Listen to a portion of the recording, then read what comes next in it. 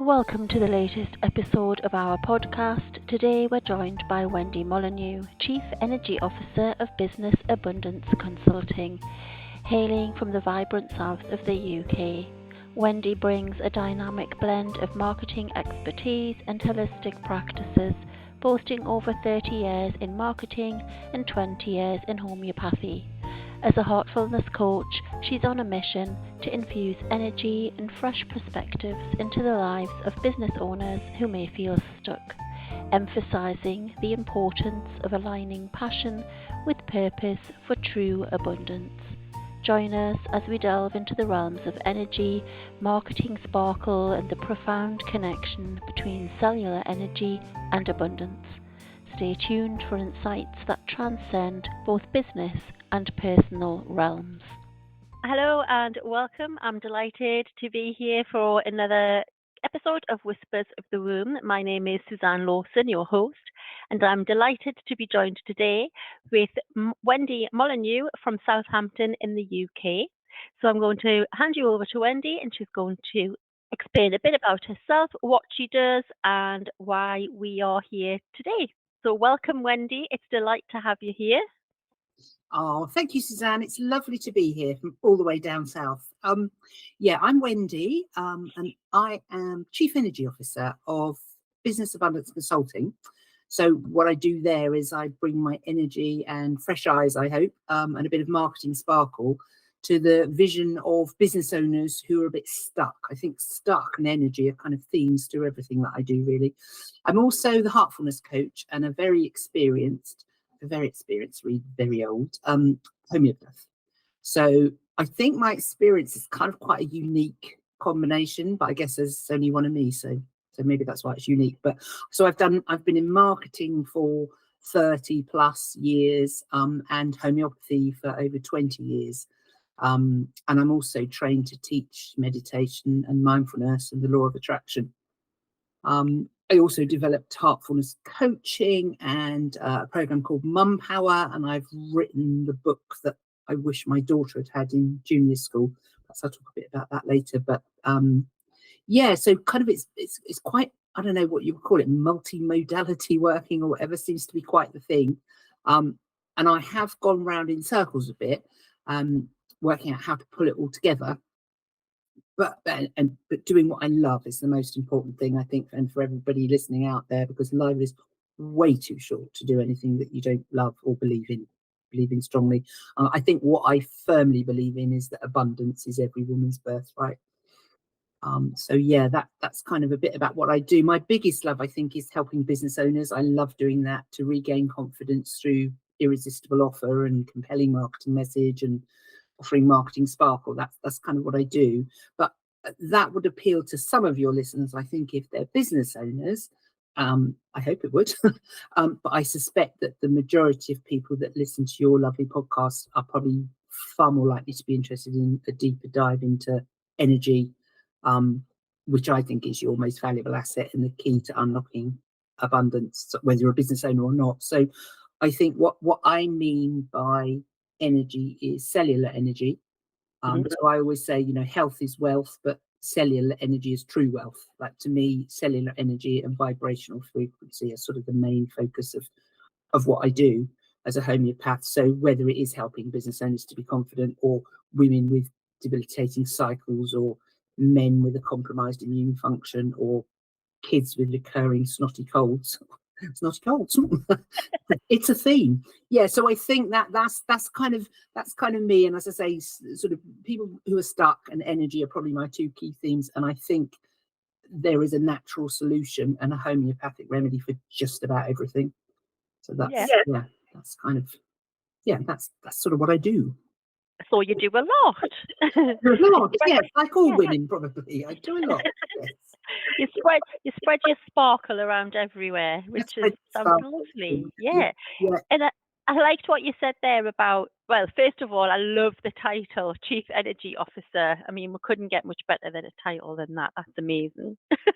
Well, so many people, I think, are chief everything officer, aren't they? They're like, mind you, there's me going and I do all of this, but I am focusing it down and I'm working on things to keep it very focused. But yeah, I think otherwise people spread themselves so thin. and they're everything to everybody and don't put themselves first, which when you get into trouble, I think.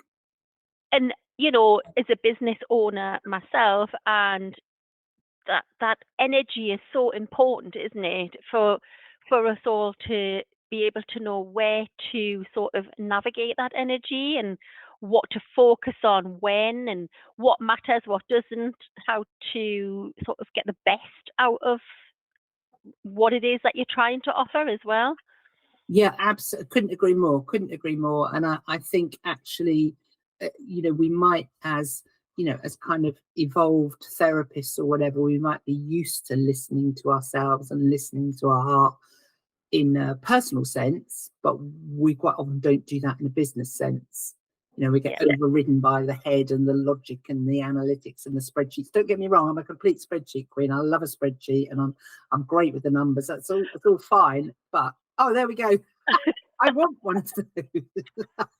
For those who are just listening, I have a little plaque on my desk which says "Spreadsheet Lover." I love a spreadsheet. Oh, Suzanne, we're so sad. So do I. But yes, sorry, I can't remember what I was talking about there. No. But I think that often you get that disconnect between the head and the heart. You get it in life generally, but quite often in business. And it's too much in that masculine energy, that masculine kind of get shit done energy, and not enough in the feminine, nurturing, healing, listening kind of energy. It can, sort of can be. I mean, that's me generalizing. But I think sorry. No, I was just going to say, professionally then, you were in the marketing world, as it were, in a professional capacity. And then how did you come into homeopathy? How did that happen? Well, yes. Yeah, that. So I would say that my kind of interest in natural health generally, I would definitely say, is a gift from my mum. But it didn't feel like that growing up at all. So it was really tough living with her. She was prescribed Valium and lithium when she was literally in her late teens, I think it was. I know, it's dreadful. And for anxiety and depression. And as a consequence, she had a complete over-reliance on conventional meds. Yeah. And she died prematurely. She was only 57 with MS. And I think because she rattled, basically, at home, if you opened our medicine cabinet, sort of bottles upon bottles of things would fall out. So I think that led me in the polar opposite direction. So that inspired me to seek preventative, to kind of say it properly, preventative natural health solutions wherever possible. So I think for absolutely everything, apart from A&E or necessary surgery, and honestly, those are the only parts of the NHS I would fund if I was Prime Minister. Like in the middle, no. There are natural solutions and ways of helping. So I think that's where my interest in it started. But I can't say, I can't sit here going, and ever since whatever, I've been very healthy, because honestly, I spent the whole of my 20s and 30s in London working in marketing agencies. And literally, I had an absolute blast, but it was a real work hard, play hard, drink hard, wear shoulder pads, think you were the bee's knees sort of ridiculous environment. And I was, very unhealthy. I mean, I didn't look unhealthy, but I was very unhealthy.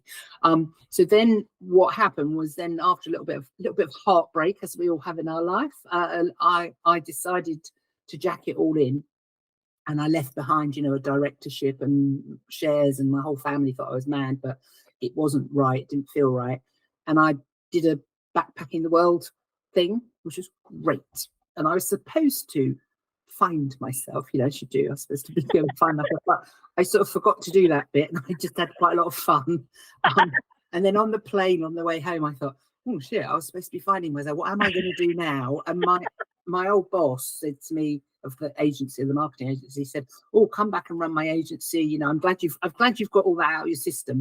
Come back and run my agency." And he had like a welcome home dinner, and the universe absolutely was at play here. Although I didn't know about all that then, but it sat me next to his wife, and his wife had just finished 4 years training as a homeopath. And I started talking to her and I was absolutely hooked. I thought, oh, this is Wow. so interesting. It's about natural medicine. It's about people, all those beautiful people in Asia that I'd seen who, you know, frankly, haven't got two, no, you shouldn't say a pot to piss, introduce or whatever, two things to rub together. What do you say? Two pennies to rub together. That's it. Anyway, they were that, and they were so happy from inside. Yep. Mm-hmm. So anyway, so she started talking about it and I thought, oh, I love that. Like, it's all about getting to the core of people. And I'm inherently very nosy, not in a nasty way, but I'm really fascinated by the things that people say and don't say, and their, you know, all of their aura and everything else. So I thought, yeah, I'm going to give it a go.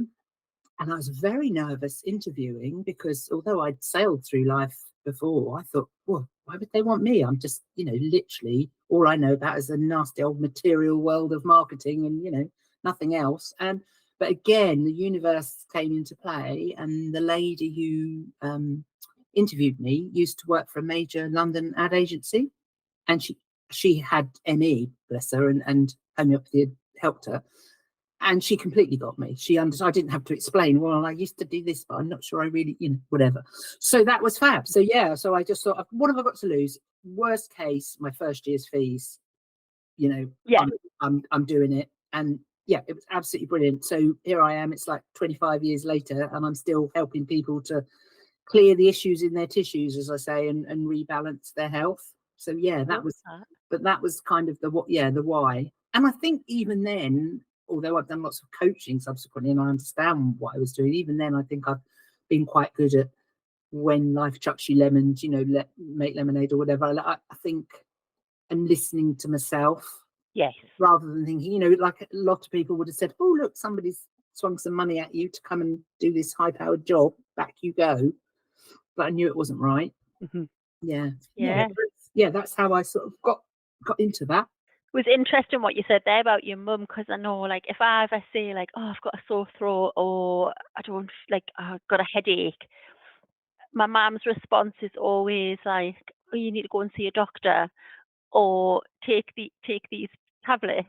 And it's like the last thing that I ever want to do. And I totally agree with you when you were saying there about NHS. It should just be for serious issues, you know. We've got to stop this. We've got to stop this whole rocking up the doctors just for these ailments that can be self-resolution. Your body is so clever; it can resolve all of these things itself if you know how to listen, and or you've got some help with, you know, interpreting what your body's trying to tell you. But yeah, and I feel really sorry. You know, I mean, I don't want to get into, you know, some of my best friends are doctors, and I don't want to get into NHS bashing or doctor bashing, but I feel really sorry for them. It's an awful job. Like, all they've got to give is a chemical that's going to suppress the symptoms. They've got to cram people into 5 minutes, and most of the time, I've been once to ask somebody to look in my ear, because I can't look in my own ear with my otoscope. I can't look round the corner into my own ear. So I asked them, I said, I don't want anything from you. Can you look in my ear for me? But literally, you know, it's all on the computer and no engagement, and it's a hard job, really hard job. But you know, we learned to be a lot more self-reliant and really listen. Like I said, you know, just then about issues in your tissues, and I think that whole thing of sort of your the cellular memory of sort of emotional upset and trauma, that to me is the biggest thing that we need to look at. Like, I've been trained to look for what we say NBWS, never been well since symptoms. So it's like when a rock or a pebble or a rock sort of goes into the pond and it's still rippling all these years later. So it could be a devastating loss or a horrid accident, and all of those, or bullying, or all of those things that people think of as being quite traumatic, but also, you know, a sustained period of anxiety maybe, or a tricky relationship. But it can also be things that sound quite positive, like the birth of a baby or a great new promotion. But if for you personally they're causing stress, then that is the rock that's gone into the pond, and you might never be well until you go and look at what symptoms that's causing. And it could be causing emotional symptoms today. It could be causing stress or, anxiety or panic attacks or, a grief that you just aren't clear. But it also might cause physical symptoms like low immunity or poor sleep or inflammation. Inflammation underlies absolutely every chronic disease. So I think that's why it's so important to listen to symptoms, because they're not just, if that was a persistent sore throat, that's definitely like, well, okay, what's stuck in your throat? What are you not talking about that you're not getting out? And, Or what? Are you not listening to other people? Like, you're not taking in what people are saying? Yeah. But your symptoms are important messages from your cells, and actually you should embrace your symptoms. And I know that's a really hard message, because people go, but I don't want to feel shit. I don't want to have a persistent sore throat or, whatever it is. I don't want cystitis all the time, but your body's telling you something. So stop and have a little listen. Yeah, on a much deeper level. Yeah. Yeah, because I think people are really good at doing, or really good at knowing what they should do in terms of, I'm going to go and, start a new diet, or I'm going to take these supplements, or I'm going to go to yoga, or I'm going to move more. And all of those things I think are fabulous and all need to be part of your health picture. But I come across people so often who just don't make the connection with the emotional resonance at all. Well, not at all, but really, it's like, wait a minute, if something is persistent and it won't go, and you've done all these good things, you need to look a bit deeper. Yeah, absolutely. Oh, I love that. Thanks for sharing that. Yeah. You said you'd written a book. Tell me more. Oh yeah, yeah, I did actually. I always forget I've done that. Yeah. So that was because, as I said, like my mum kind of, was the trigger for me getting into homeopathy. I'm also a heartfulness coach, and my daughter was the trigger for me getting into that. So we had, my life was sort of very easy and very dandy, and I love what I was doing, and a couple of smashing kids, and I'm a single mum to them. Oh, let's not forget the dog as well, because he's probably listening. Yes, and a dog. And so it was quite hard work, but all good and dandy. And then my daughter, literally, actually was after a transatlantic flight, but it obviously wasn't the flight that did it. But literally, she triggered over into, well, she won't mind saying this now, because we're in a very different space now, but being the teenager from hell. And I know everyone gets that. Well, not everyone, don't have to, but a lot of people get that. But it was really, really, really hard work. And I normally, pretty calm and pretty competent and pretty capable. And I didn't have a bloody clue what I was doing. Not a clue. I was the world's worst mother. And we just ended up having kind of constant shouting matches and screaming at each other, and it was all around, many mums listening will probably get this, it was all around, the phone and sleep and not doing schoolwork and, blah blah blah blah. It was really horrible time. But what it made me do was reach out and get some help, because I really had been before the sort of person who thought, oh no, I'm fine, I think but yeah, no, I manage all this stuff, I'm fine. And through some great coaching, I have some coaches, Donna and Cheryl, who I think our mutual friend know, who are from up north. I think that's why I say I'm a closet Geordie. But they really helped me to realise that I'd spent far too long in my kind of single parent, being both mum and dad, masculine, get shit done energy. I really was.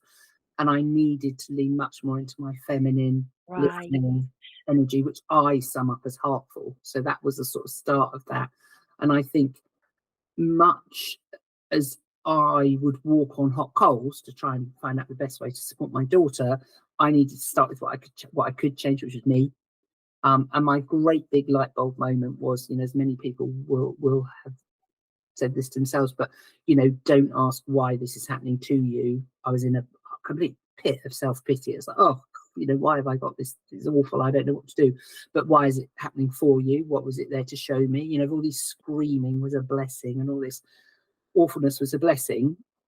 What was it there? And I think she gave me the clue, screaming in the middle of one night's scream off, when it was like, just be kind, mummy. And that kind of really pulled me up. And it was like, you know, the answer was to step into her shoes and to be much kinder. Because, you know, actually what's transpired is she's subsequently been diagnosed. Well, at the time that was OCD was big then, and then she's subsequently been diagnosed with ADHD and anxiety disorders and various, you know, sort of various things. But I think that was my big message, and I think just about everyone else who knows me would say that I am very kind and I am very heartful. But when somebody's pushing the buttons at that level, you know, your listeners will think, oh yeah, you know, whether it's a teenager or a parent or a, you know, ex or a work colleague or, you know, whoever it is, it was really hard. So that kind of aha moment of why is it happening for me, what's it here to show me, sort of led me to birth Heartfulness, which I just describe as heart-led next generation mindfulness. So it's like mindfulness, but it's all about listening to your heart first, and it's all about emotional wellness, and that's what I'm going to be kind of going forward a lot more with. But I think it's all about listening to your heart every single day. That's interesting, because so when I was in recovery after sepsis, and so my go-to for life, for pain, for trauma was always yoga. Was always, I'll do yoga, I'll do mindfulness, breathing techniques that will get me through my pain. However, I couldn't do yoga and I couldn't do breathing techniques because I'd had quite a traumatic surgery on my stomach, and I could hardly walk, so I couldn't do any of that. And I went way back to basics because I found meditation too difficult. I couldn't relax enough because I was in so much pain. And one of the things that I did every day, I would pick a chakra and I would work on that chakra. But most often than not, it would always come back to the heart. Always, and I did a lot of deep work on the heart chakra, and it was quite life-changing, actually. If I'm honest, it really did change my life. I sort of got rid of people who I didn't need anymore. I forgive people who had hurt me, and it really did have this massive shift in my whole mindset. And you wouldn't have at the time thought, oh, aren't I lucky to have sepsis and be in awful shock and be in all this pain, would you? But not at all. How amazing that you can look back at it like that now and say, yeah, well, that kind of led me to listen much more to my heart. You know, I mean, I'm like, I feel like a bit of a baby in the whole spiritual development world, in the sense that I come back to very simple, very basic things all the time. I am really simple. I'm a very simple person. But the first ever book that I read in this whole area was Rebecca Campbell's Light is the New Black. And I'm so shallow, I just love the title. Literally, I love the title. Light is the New Black. Oh yeah, and she used to work in advertising and blah blah blah. So I picked that up. But the quote from that is absolutely my guiding kind of light is, she says, "Your head will lead you in circles, your heart will lead you home." And I just think, lovely. That's so right, isn't it? Because, you know, you go like round and round and say, oh, shall I do the, and, you know, whatever was going on with this person, you know, are they good for me? Are they bad for me? Whatever. It's like, no, your heart knows the answers. Yeah. So sorry, I was kind of a bit of a side witter, but what happened was that led me then to develop all of that heartfulness and heartful breathing, and then from that I started looking at mums and the role of mums, and I developed a program which is called Mum Power, which is all about empowering mums to actually, God forbid, put themselves first. Because if you don't put yourself first, if you don't put yourself first, you know, there's nothing left for anybody else. So I did that, and then in fact I called it to beat mum-poster syndrome, because that's what I think happens. You know, I think mums think that they're really rubbish and anyway. So I did all of that, and then I thought, no, actually, I feel like I really want to do something for my daughter as well. So I wrote the book that I wish that she'd had at junior school, because when at junior school, sadly, she lost her dad. He died, and she had some bullying going on, and I think, you know, just don't realize how much they're struggling. You do what you can. Yeah.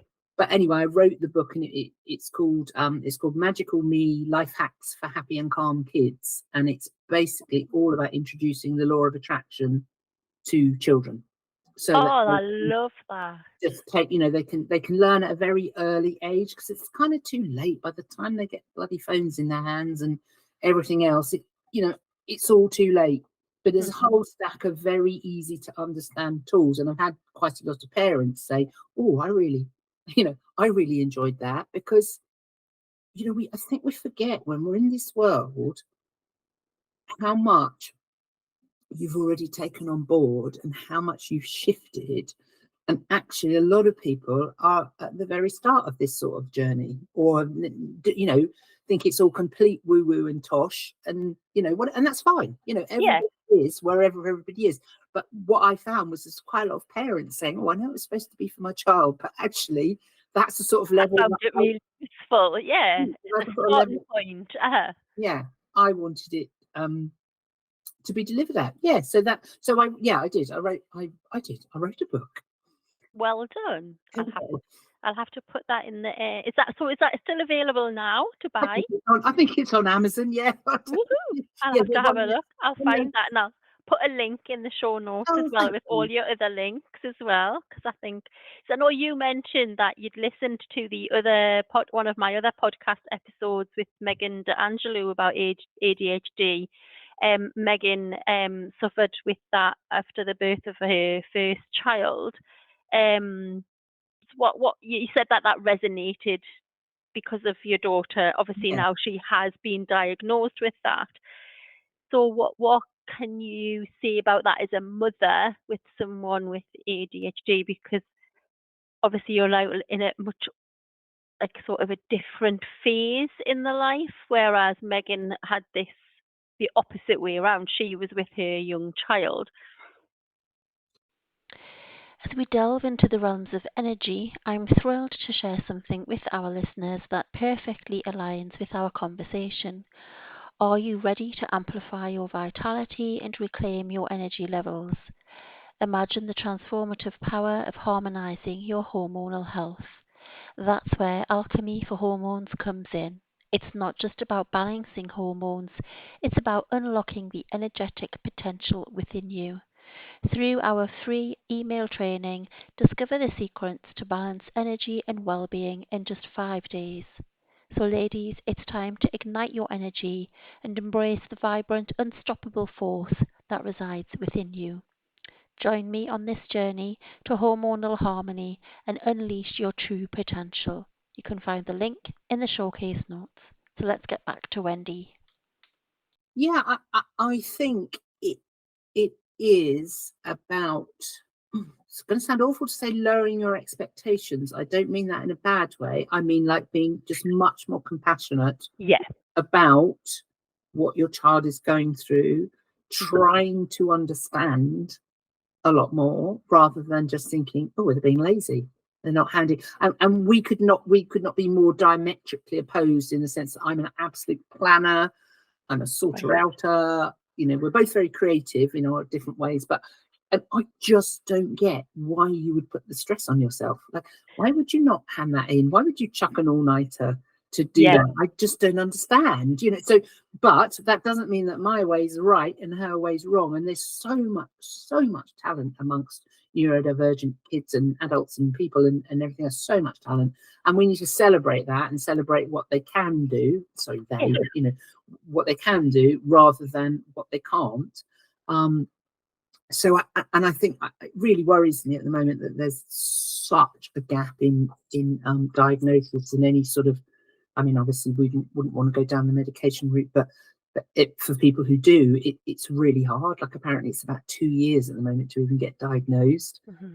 And then when you do, there's a whole load of nasties waiting, sort of waiting for you. So I think there's a lot of work you can do on well, homeopathy is brilliant, but on sort of obviously mindfulness and meditation and exercise is really important in the whole picture, definitely. I mean, I'm not an expert, but funnily enough, I am actually looking at doing some sort of clinical trial around homeopathy and how it can help, because it's, you know, it's all to do with your neural pathways and your dopamine and you know, all of the GABA, everything else, all of those things, neurotransmitters. And I think that there's a lot you can do naturally to help. You know, I mean, the gut brain connection is huge, absolutely huge. I've learned that through my wellness journey. Obviously, as a sufferer from endometriosis, that's always been, you know, the gut, the bowel. It's just, you know, people, I always say to people, you know, your gut is more intelligent than your brain. Your gut tells you, your brain, what to think. Yeah. That's the way around. Call it the second brain, don't they? Although maybe they call it, the other way around. Yeah. Yeah, I think it's like that whole wisdom of your body and women's health thing is so interesting. Like, I always find it with PMS.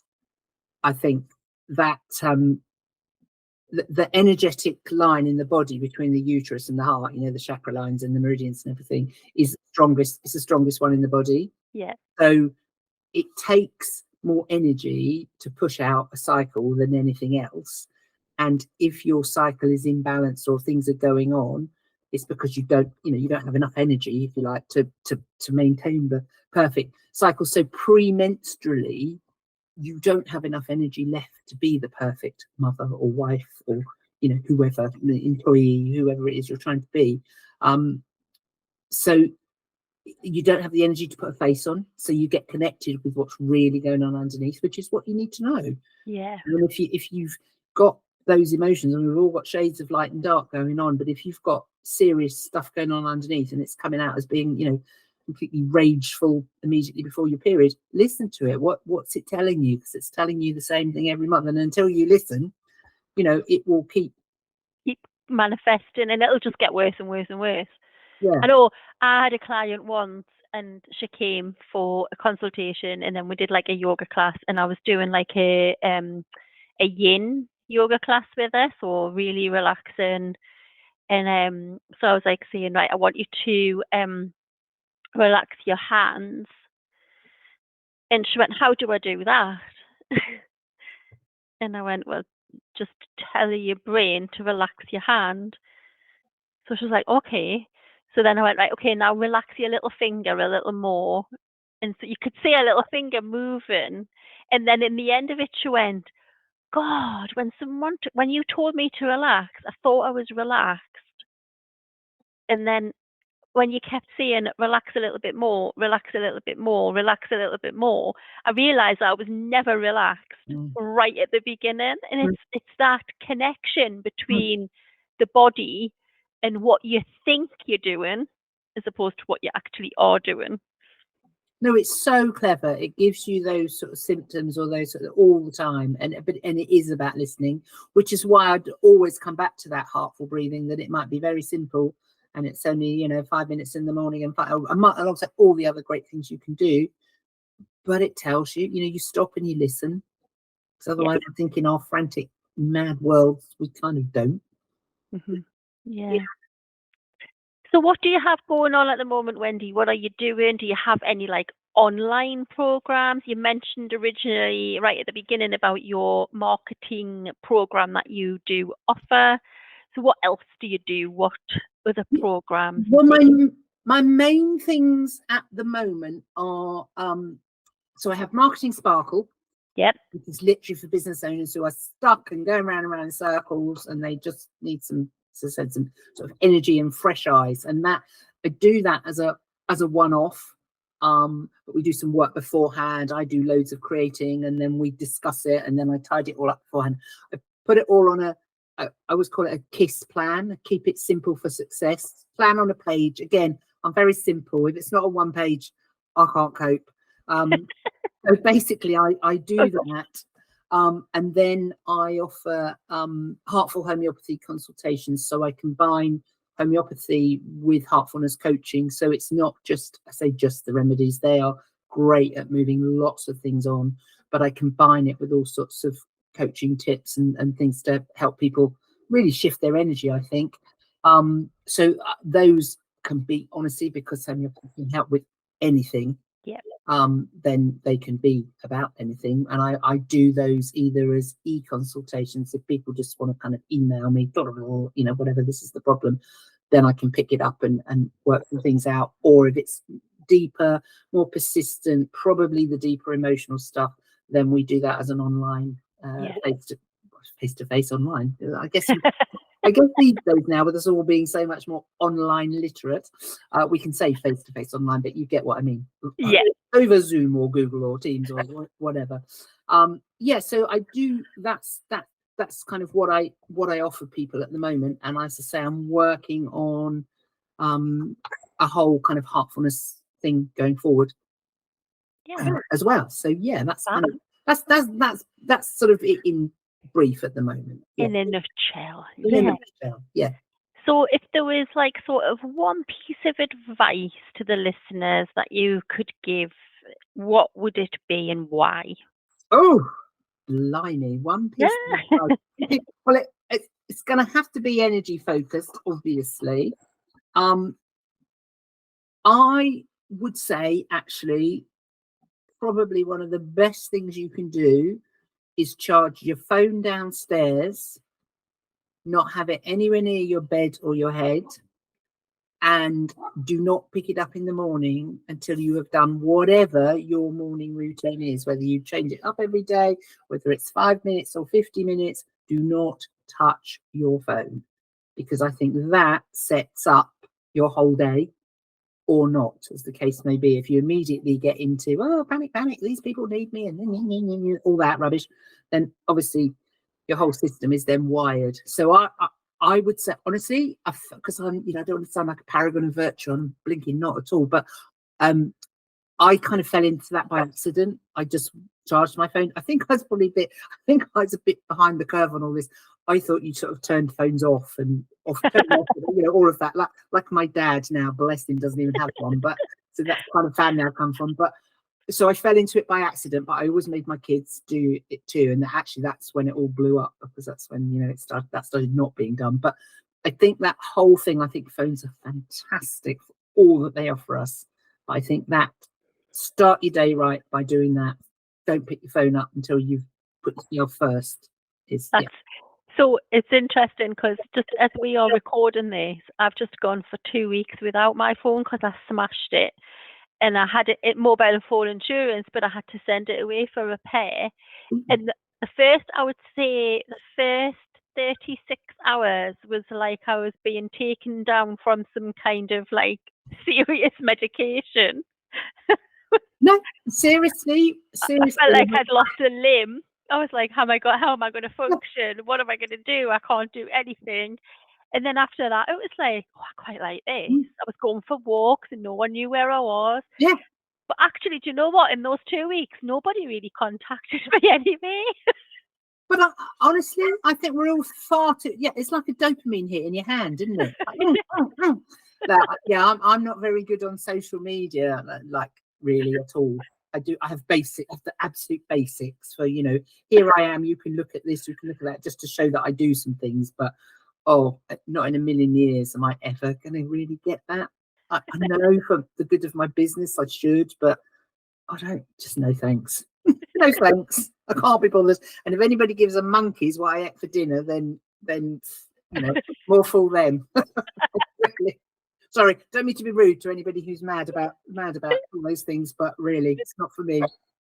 No, each to their own. But I love your advice on the phone. That's a really good advice, because I can't believe how different I felt in that period of time where I wasn't used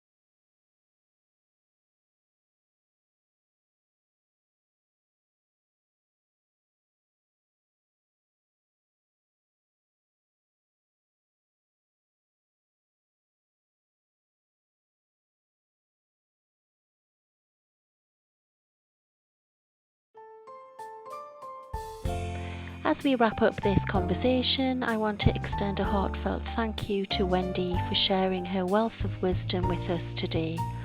Remember, abundance is not just a destination, it's a journey fueled by passion, purpose, and the boundless energy within us. Stay tuned for more empowering discussions to fuel your journey towards holistic abundance. Until next time, embrace your energy, ignite your sparkle, and dare to live abundantly.